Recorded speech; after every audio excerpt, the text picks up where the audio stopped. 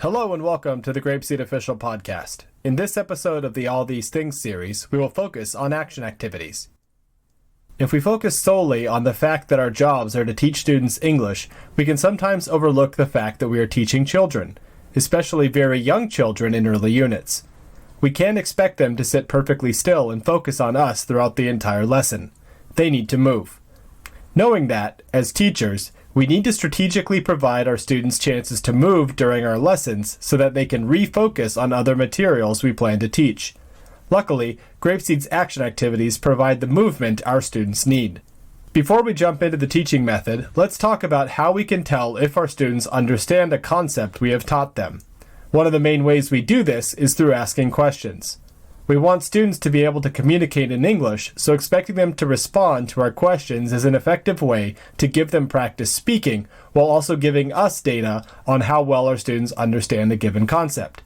Asking questions isn't our only route to gauging understanding, however. If students simply respond accurately to a command or request made of them, then we know they comprehend what was said or asked. This is what we do a lot of in action activities. Give commands for students to act out to give them motion they need, while also letting us know just how much of the language they actually understand. This is also an area where you can really tell that your students are thinking in English.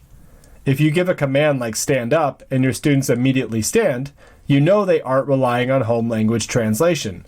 They hear your command in English and immediately respond.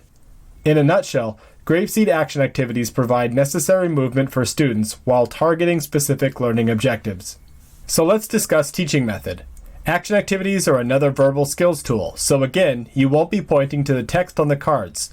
You'll point, gesture, use facial expressions, and sometimes props to help convey the meaning.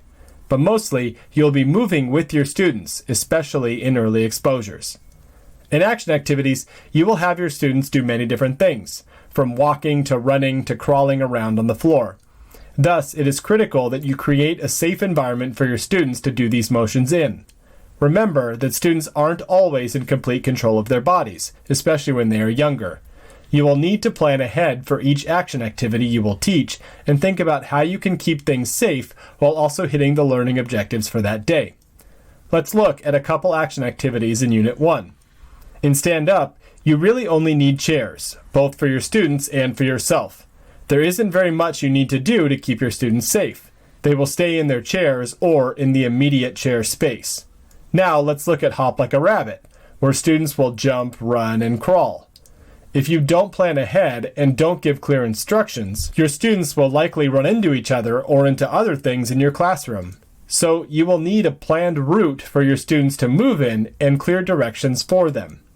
Usually for activities like this, you can have your students move in a circle around the chairs in the same direction to prevent accidents from happening.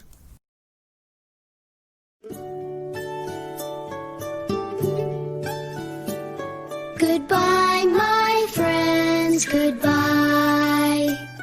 I'm sad to say goodbye. It was a good day, but now I will say goodbye, my friends, goodbye.